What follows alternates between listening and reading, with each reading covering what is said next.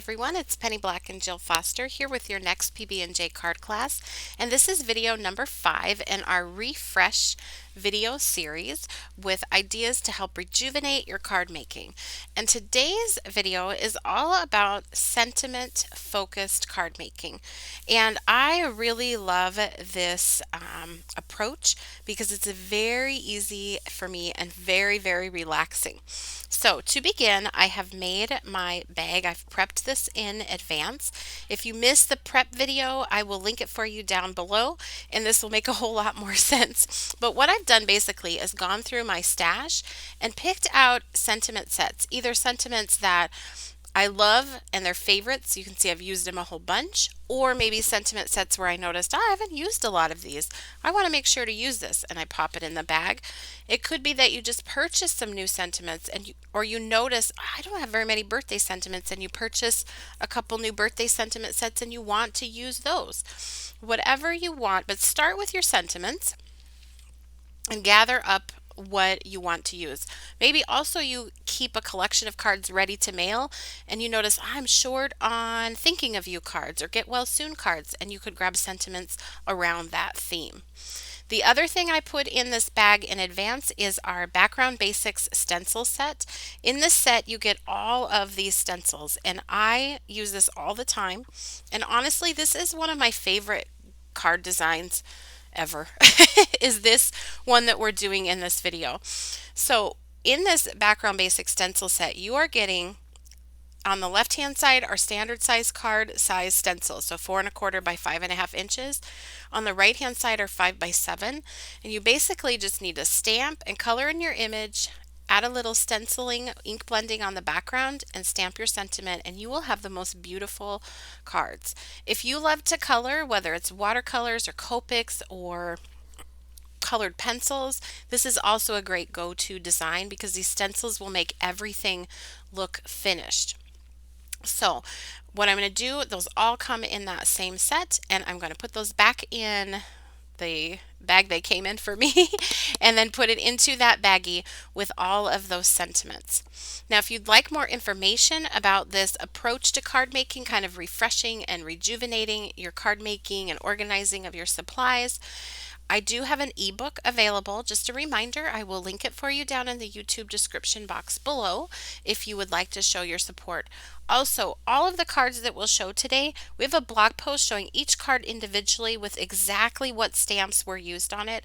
So if you see one you love, make sure to check out that blog post, and then you will be able to find out exactly what stamp was used on it, because I'm going to show a lot of cards at the end of this video. So for this technique, the first thing you do, pick out any stamps you're wanting to use. I just focused on all floral stamps, and I stamped them on the Canson 140-pound watercolor paper. It's a cold pressed paper, and I stamped it using Memento Toffee Crunch ink. One tip would be stamp them in different orientations, like going off the side or off the bottom. And I really often try to stamp a little bit of the image off the edge of the card. It just makes it a little bit more interesting and less of kind of like a floating look. So this stamp is from our Good Wish bouquet set, and you can see I stamped it down at the bottom of the card, and I'm just going to paint this in. Now this could look daunting to paint in, but I wanted to show you that you don't have to paint all of those little flower petals individually. So I'm just putting a wash of color over the top. I'm using Distress Ink Reinkers used as watercolors, and then I am concentrating a little bit more darker color down at the bottom. So you can see I've picked up that color from my palette where it's most concentrated. I'm putting it down at the bottom, painting my way up, not too worried about staying in the lines. I rinse off my brush and pat it dry and then go back to blend.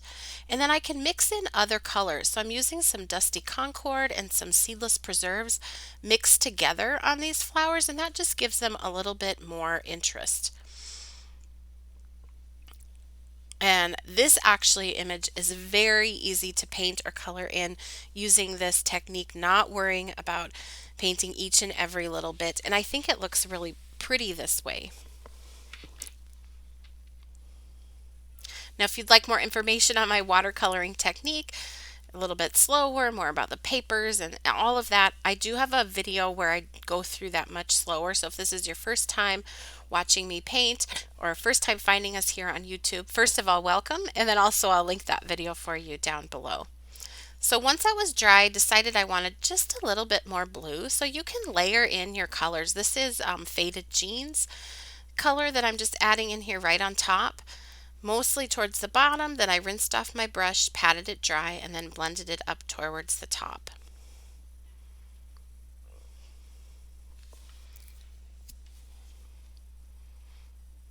Then I'll add just a little bit down here on the vase. That is with the Weathered Wood Distress Ink Reinker. Now, one thing that's fun to do with these, with this particular design idea, is I like to work assembly line style. So you can't see it, but off camera, I have a stack of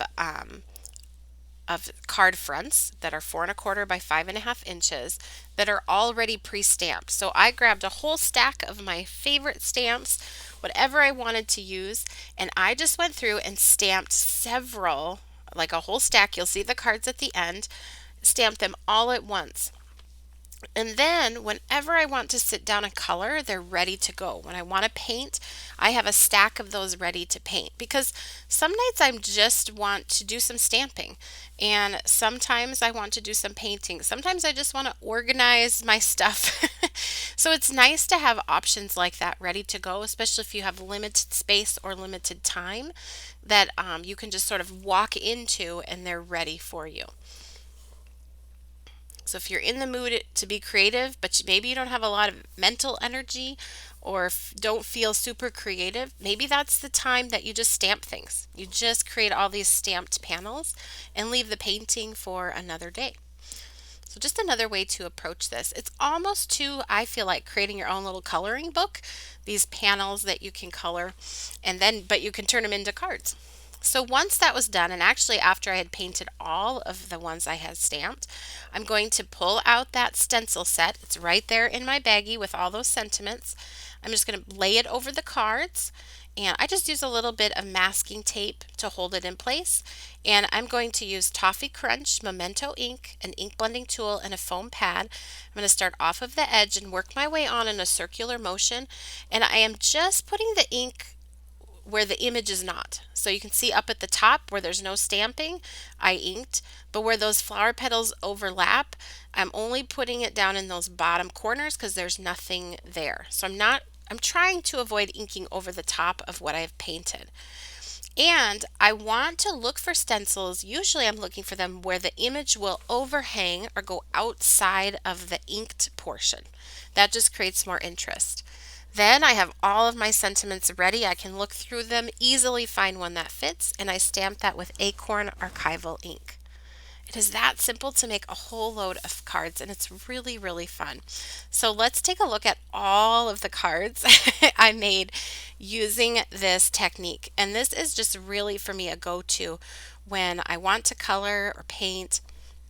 And by combining it with the sentiments, it was so handy to just have a bunch of those sentiments in a bag and be able to pull just from those when I was ready to stamp. This is also a great stash buster with your sentiments or with new images. If you've just ordered a bunch, or maybe you want to do some painting and you ordered several new stamps, get them stamped like this, and then you'll automatically have some cards to go, ready to do. So you can see stamping off the edge. You can even add a little bit of stamp layering like we talked about in the first video in this series. You can use a variety of different sizes of stamps, large, small, focus them all on one side of the card, like that card. I'm still going. It's just a really fun way to make cards. Try different sizes, circular, rectangular, and they're all right there in that stencil set. So I am going to show still shots here of each card that I just shared with you. So if you see one that you love, you can hit pause or get a screenshot of it. And sometimes it's just fun to see them again with better lighting than the video. Sometimes it doesn't capture it all. And I just wanted to take a moment too to thank you all for watching this video series. I hope you're having fun. Are you playing along? Leave me a comment below. I'd love to know if you're playing along or if any one of these refresh techniques or design approaches has you excited to get crafty. We have one more video left in the video series, so make sure you've subscribed as well and hit that bell notification icon so that you're notified when we upload the next video in the series. Thank you again so much for watching, and happy stamping!